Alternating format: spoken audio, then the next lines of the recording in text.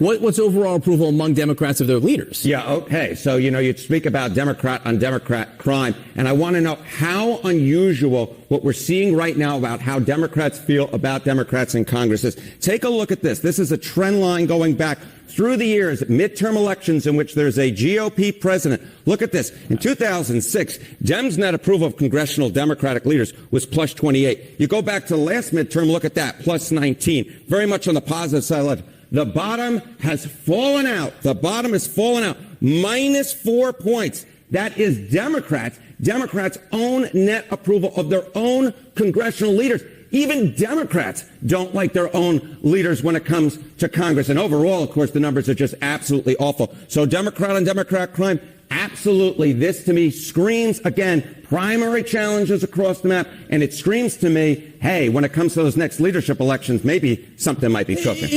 What's good, everyone? It's Thoughts with Kenny here today. I kind of want to go over, the midterms. It's been on my mind, top of mind recently because, what's going on with the Iran war and my thoughts on some of the discussions happening there.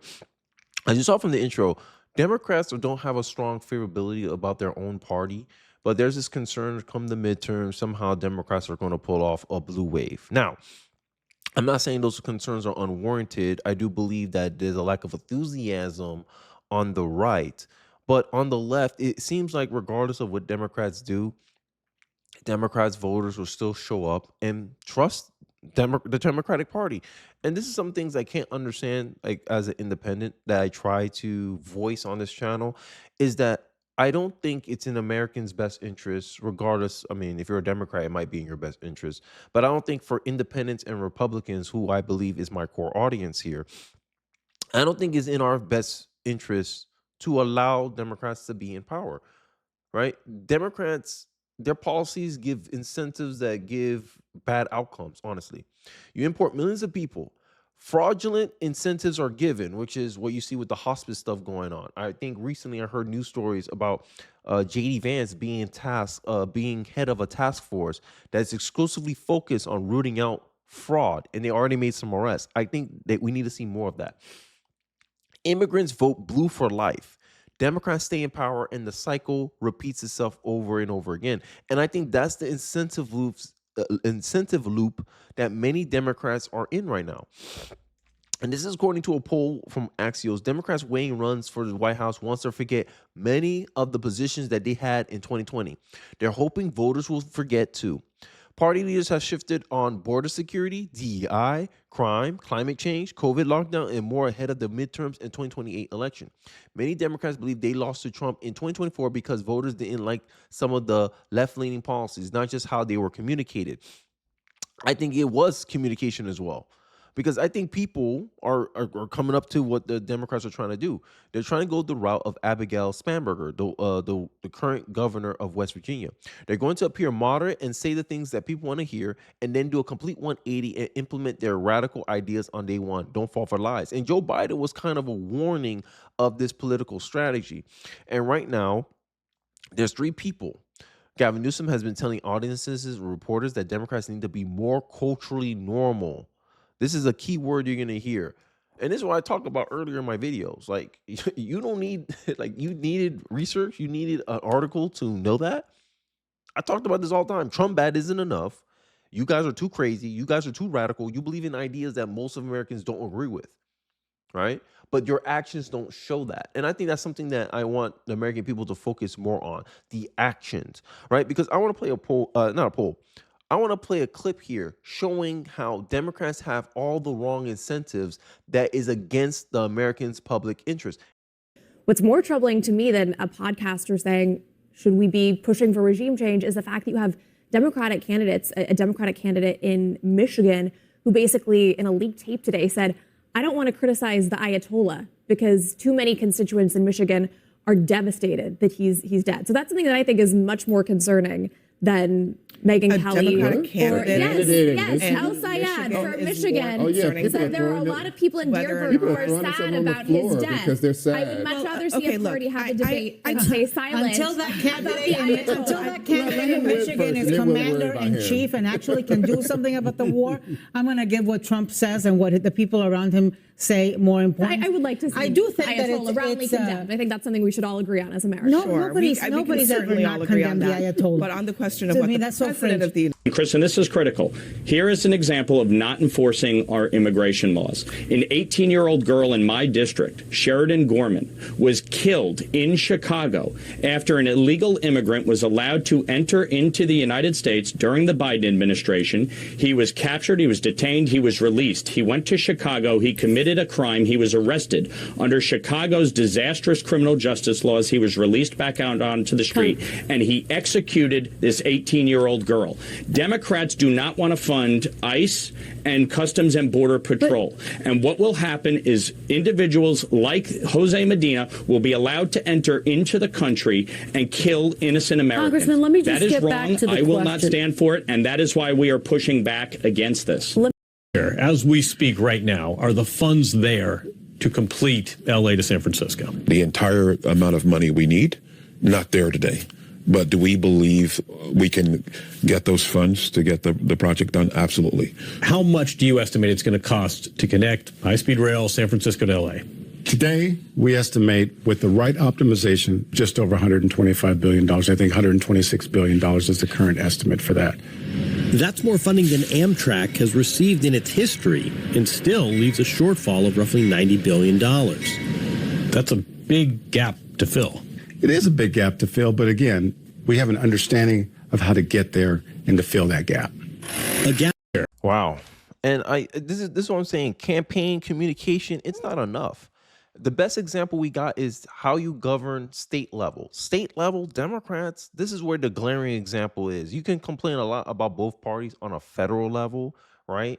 But that's because they have to compromise a lot with each other on the federal level. But on a state level, you see the clear clear differences. Red states, right? The Chicago Bears, that's one example. Red states are able to be streamlined, fast and efficient, and able to offer business a good environment that incentivizes them to go over there and bring tax revenue, right? Industry, try to attract these things into their state. Because Republican states, they seem to understand, they know that this is a competition.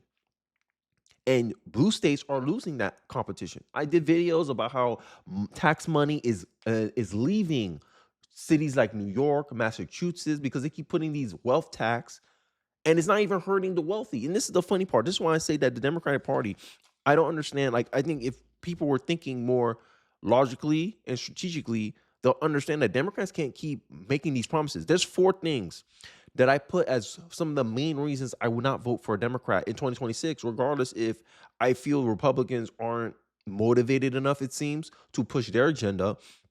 Fraud. That's the biggest thing, because you don't think waste and fraud is happening here?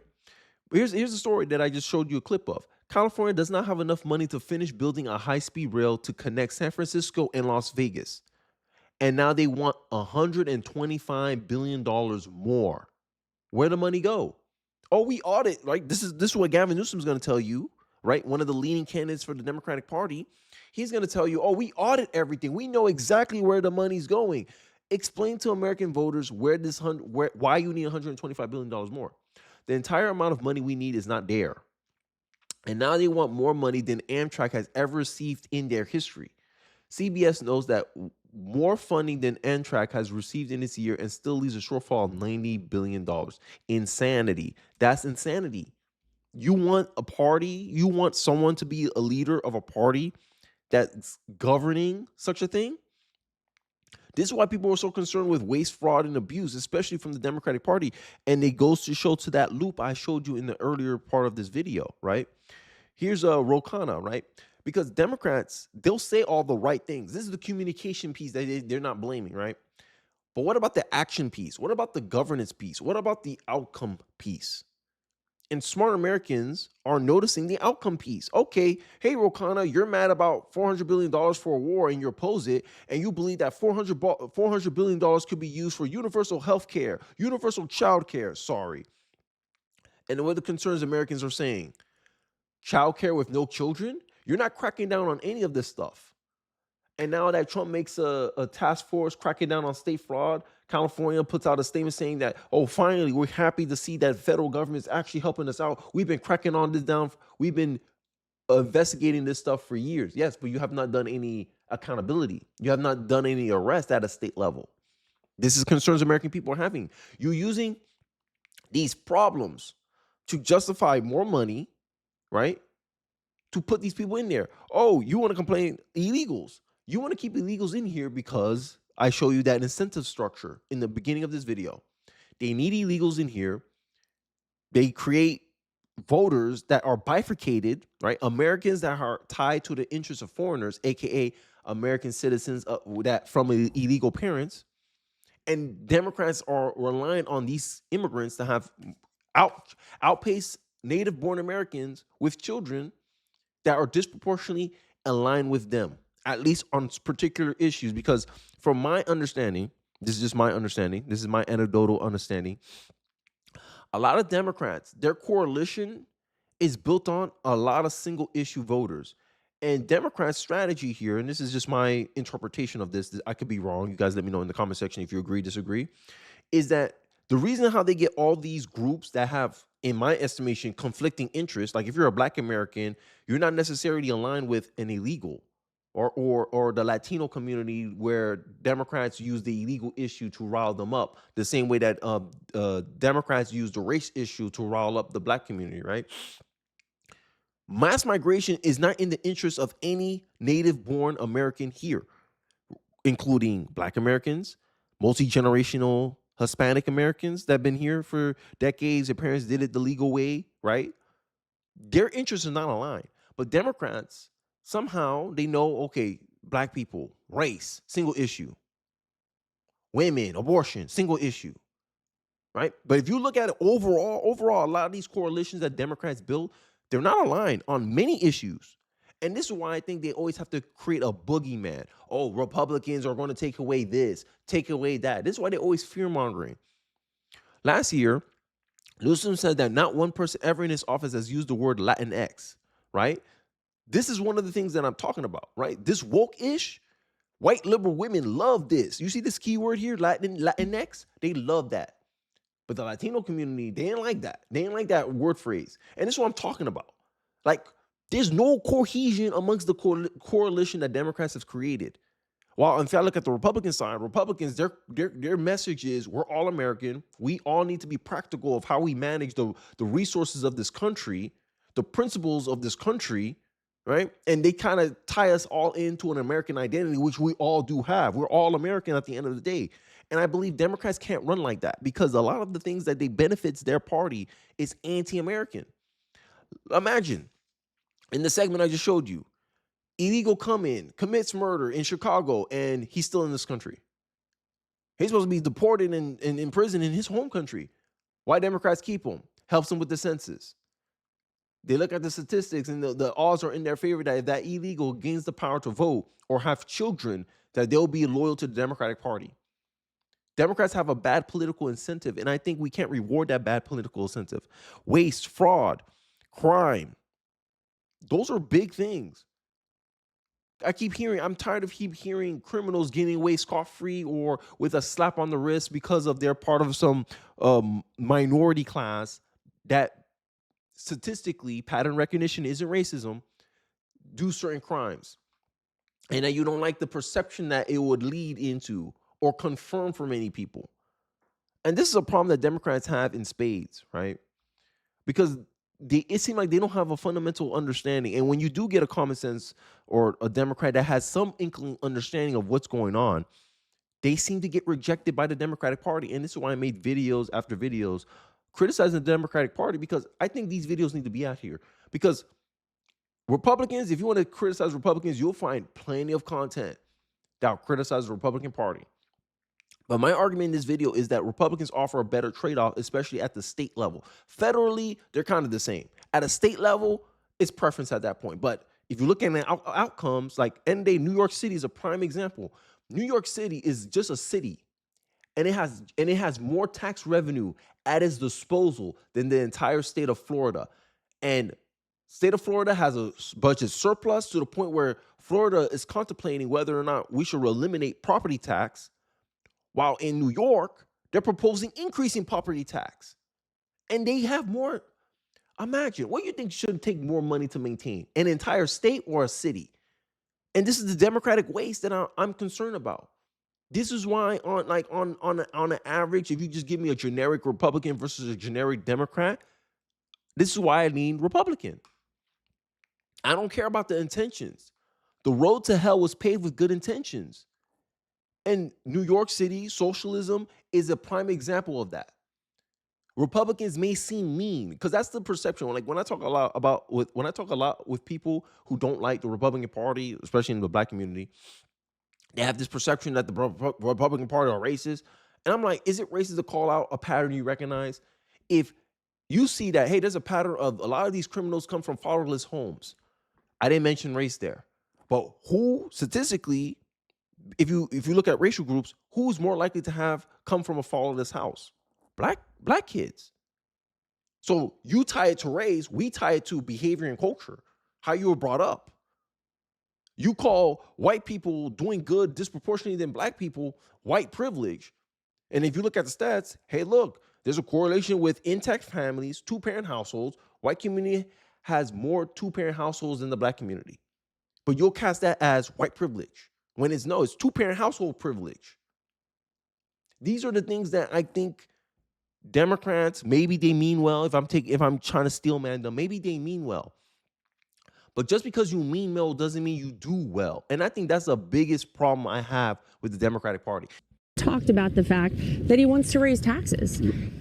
How is that going to work for New York citizens? I was a working class police officer. And so when you hear 10% increases on property tax, that is going after those working class union member communities. And now people are realizing that, wait a minute, he's talking about us.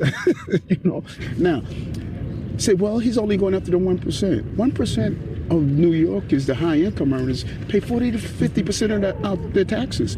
And they have the And this is something that I try to point out. Like my thing here is that politicians are always going to be politicians, right? I always hear, both sides, two birds of the same plane, yada, yada, yada.